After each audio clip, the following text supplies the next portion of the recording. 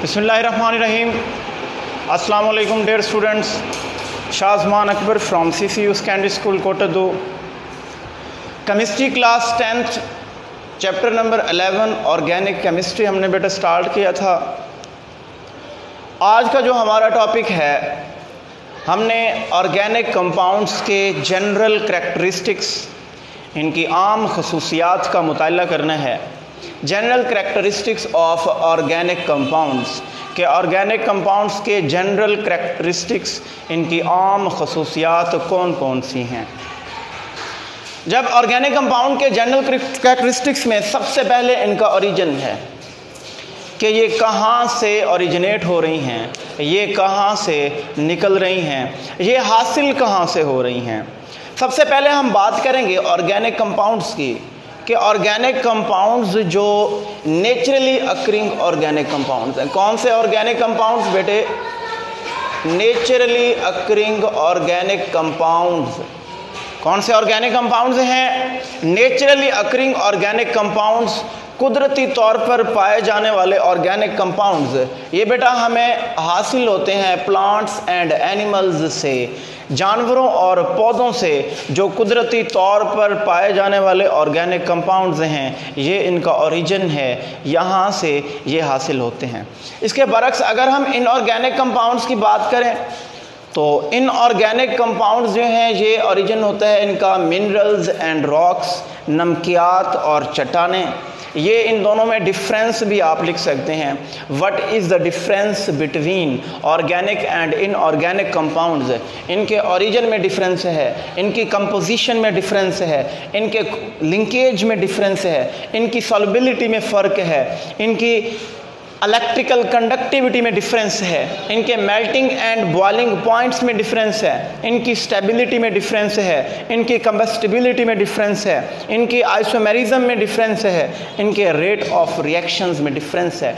तो ये डिफरेंस के तौर पर what is the difference between What is the difference between general characteristics of organic and inorganic compounds? या what is the major difference between organic and inorganic compounds?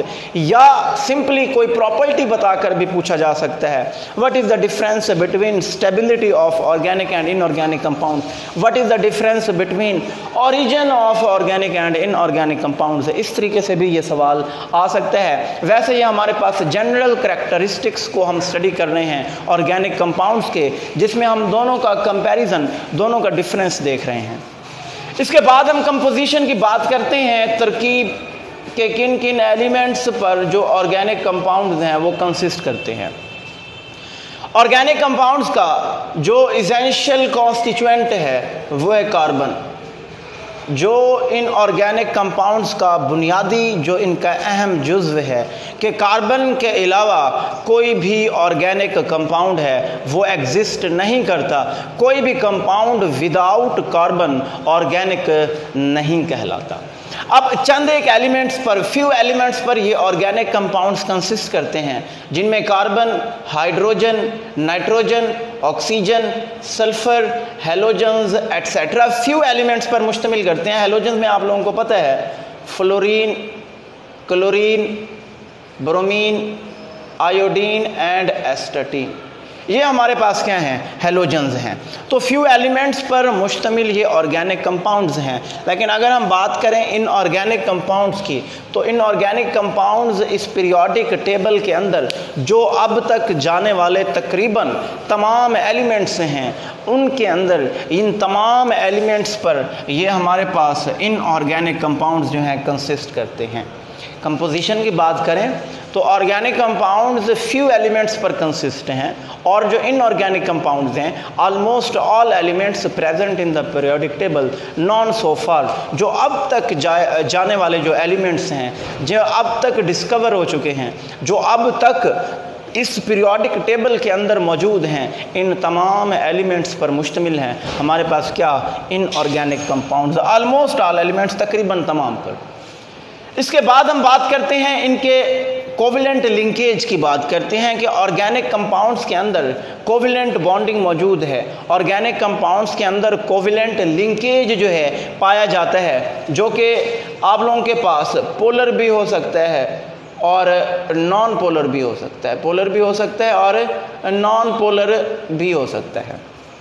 Covalent linkage, covalent bonding जो है in organic compounds के अंदर पाई जाती है, और ये इनका जो कोवेलेंट लिंकेज है, ये जो इनका कोवेलेंट बॉन्ड है, ये पोलर भी हो सकता है और नॉन पोलर भी हो सकता है। जबकि इनऑर्गेनिक कंपाउंड्स की बात करें तो इनऑर्गेनिक कंपाउंड्स के अंदर मोस्टली कौन सी बॉन्डिंग होती है? आयोनिक बॉन्डिंग, जो कि कैसे फॉर्म होती है? By the complete transfer of electron. By the, हम आयोनिक कंपाउंडिंग को, आयोनिक बॉन्ड को कैसे डिफाइन करते हैं? Complete transfer of electrons, complete transfer of electron. तो ये बॉन्डिंग कहाँ पर पाई जाती है? इन ऑर्गेनिक कंपाउंड्स के अंदर।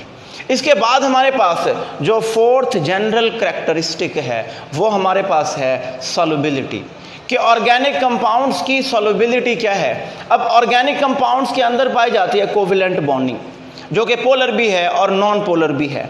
तो इसकी नॉन पोलर नेचर की वजह से, due to the non polar nature, या हम कहेंगे due to non polar linkage, due to non polar linkage, ये कौन से सॉल्वेंट्स में डिसॉल्व होता है? ऑर्गेनिक सॉल्वेंट्स के अंदर।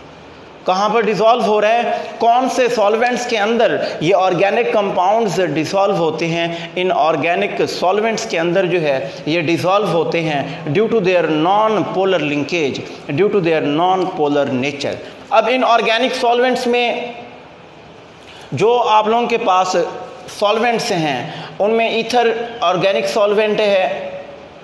बेंजीन की बात करें तो बेंजीन भी हमारे पास ऑर्गेनिक सॉल्वेंट है। क्लोरोफॉर्म की बात करें तो क्लोरोफॉर्म ऑर्गेनिक सॉल्वेंट है। कार्बन डाइसल्फाइड की बात करें तो कार्बन डाइसल्फाइड जो है ये भी हमारे पास एक ऑर्गेनिक सॉल्वेंट है। ऐसे ही और हमारे पास काफ़ी सारे जो ऑर्गेनिक सॉल्वेंट्स हैं वो इस ऑर्गेनिक केमिस्ट्री के अंदर मौजूद हैं। तो ऑर्गेनिक कंपाउंड्स की सॉल्युबिलिटी क्या है कि ये ऑर्गेनिक सॉल्वेंट्स के अंदर डिसॉल्व होते हैं। जब इसके बरक्स हम इन ऑर्गेनिक कंपाउंड को देखें तो ये कौन से सॉल्वेंट्स में डिसॉल्व होते हैं? पोलर सॉल्वेंट्स के अंदर, due to their ionic bonding. Polar solvent for example water हो गया। आप लोग सोडियम क्लोराइड को देख लें। सोडियम क्लोराइड एक और इनऑर्गेनिक कंपाउंड है। इसके अंदर बॉन्डिंग आप जानते हैं आयोनिक बॉन्डिंग है। कौन सी बॉन्डिंग है? Ionic bonding. और इस सोडियम क्लोराइड को आप जानते हैं कॉमन साल्ट के नाम से। किस चीज़ के नाम से जानते हैं? कॉमन साल्ट या टेबल साल्ट के नाम से। और आप देखें कि ये टेबल साल्ट, ये जो कॉमन साल्ट है, ये किसके अंदर? इस पानी के अंदर, इस वाटर के अंदर डिसॉल्व होता है। और इस वाटर की नेचर क्या है? ये पोलर सॉल्वेंट है। तो सॉल्युबिलिटी की हमने बात की। ऑर्गेनिक कंपाउंड्स ऑर्गेनिक सॉल्वेंट्स के अंदर डिसॉल्व हो रहे हैं और इनऑर्गेनिक कंपाउंड्स पोलर सॉल्वेंट्स के अंदर। इसके बाद इलेक्ट्रिकल कंडक्टिविटी देखते हैं कि ऑर्गेनिक कंपाउंड्स की जो इलेक्ट्रिकल कंडक्टिविटी है वो क्या है। ऑर्गेनिक कंपाउंड्स के अंदर कोवेलेंट बॉन्डिंग है और इस कोवेलेंट बॉन्डिंग की वजह से जो हमारे पास इनऑर्गेनिक कंपाउंड्स की कंडक्टिविटी है ये इलेक्ट्रिसिटी के पुअर कंडक्टर हैं। ये इलेक्ट्रिसिटी के क्या है? पुअर कंडक्टर हैं। किसकी वजह से? Due to their covalent bonding. और अगर हम इनऑर्गेनिक कंपाउंड्स की बात करें तो ड्यू टू इनऑर्गेनिक कंपाउंड्स की अगर हम बात करें तो इनऑर्गेनिक कंपाउंड्स की इस आयोनिक नेचर की वजह से, इस आयोनिक बॉन्डिंग की वजह से ये गुड कंडक्टर होते हैं इलेक्ट्रिसिटी के। इन मोल्टेन या एक्वस सॉल्यूशन के अंदर ये हमारे पास क्या हैं? गुड कंडक्टर हैं इलेक्ट्रिसिटी के। ये इलेक्ट्रिकल कंडक्टिविटी होगी कि ऑर्गेनिक कंपाउंड्स पुअर कंडक्टर हैं इलेक्ट्रिसिटी के और इनऑर्गेनिक कंपाउंड्स गुड कंडक्टर हैं इलेक्ट्रिसिटी के इन मोल्टेन या एक्वस सॉल्यूशन फॉर्म में। मेल्टिंग और boiling points, melting and boiling compounds points हैं ऑर्गेनिक कंपाउंड्स के। अब ऑर्गेनिक कंपाउंड्स के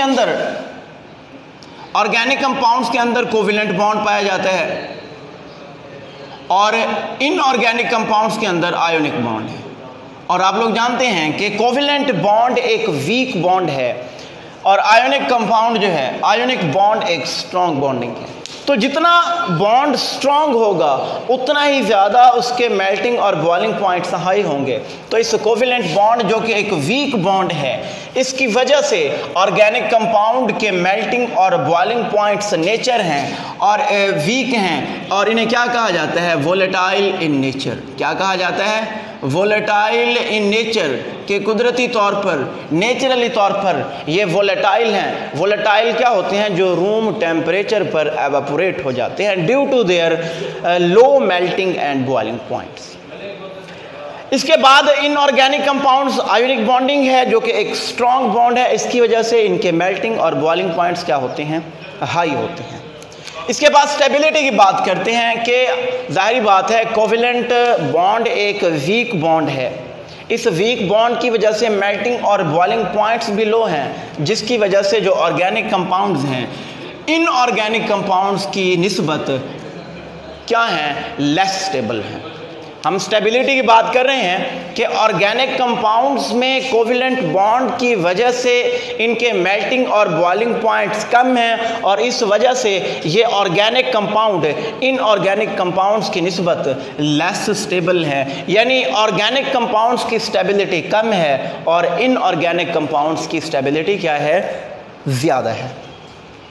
कंबस्टिबिलिटी की बात करते हैं कि कंबस्टिबिलिटी, जो ऑर्गेनिक कंपाउंड्स आप लोग जानते हैं, जिसका असेंशियल जो कॉन्स्टिट्यूएंट है वो है कार्बन। यानी इनऑर्गेनिक कंपाउंड्स में कार्बन की मिकदार कम है, और ऑर्गेनिक कंपाउंड्स जिनका असेंशियल कॉन्स्टिट्यूएंट क्या है? कार्बन है। यानी due to the high percentage of carbon, due to the high percentage of carbon, इस कार्बन की हाई परसेंटेज की वजह से ऑर्गेनिक कंपाउंड्स की कंबस्टिबिलिटी ज़्यादा है। ऑर्गेनिक कंपाउंड्स कंबस्टिबल हैं और इन ऑर्गेनिक कंपाउंड्स मोस्टली ज़्यादातर क्या होते हैं? नॉन कंबस्टिबल होते हैं। इसके बाद आइसोमेरिज्म है, जो कि मेन करैक्टरिस्टिक्स है, जो कि मेन फीचर है, जो ऑर्गेनिक को इनऑर्गेनिक कंपाउंड से क्या करता है? डिफरेंशिएट करता है। ऑर्गेनिक कंपाउंड्स को इनऑर्गेनिक कंपाउंड से डिफरेंशिएट करता है। ये वो मेन करैक्टर है ऑर्गेनिक कंपाउंड्स का, कि जो ऑर्गेनिक कंपाउंड्स हैं ये किस चीज़ का मुजाहरा करते हैं? आइसोमेरिज्म का मुजाहरा करते हैं, जबकि ये आइसोमेरिज्म इनऑर्गेनिक कंपाउंड्स के अंदर क्या है? रेयर है, बहुत ही कम पाई जाती है, नेग्लिजिबल है। रेट ऑफ रिएक्शन की बात करेंगे। ऑर्गेनिक कंपाउंड्स के कोवेलेंट बॉन्डिंग की वजह से जो उनके रिएक्शन हैं मॉलिक्यूलर नेचर के होते हैं, यानी क्या होंगे? स्लो होंगे, और इन रिएक्शंस को कंप्लीट करवाने के लिए स्पेसिफिक कंडीशंस जो हैं वो रिक्वायर्ड होंगी। स्पेसिफिक कंडीशंस रिक्वायर्ड होंगी, और इन स्पेसिफिक कंडीशंस में प्रेशर हो सकता है, टेम्परेचर हो सकता है, या कोई कैटलिस्ट जो है वो भी हो सकता है। ये हमारे पास होगा रेट ऑफ रिएक्शन। तो ये जनरल कैरेक्टरिस्टिक्स से बेटा ऑर्गेनिक कंपाउंड्स के, ये हमारा आज का टॉपिक यहाँ पर कंप्लीट हुआ। इसे अच्छे तरीके से प्रिपेयर कीजिएगा। Wish you best of luck. अल्लाह हाफिज़।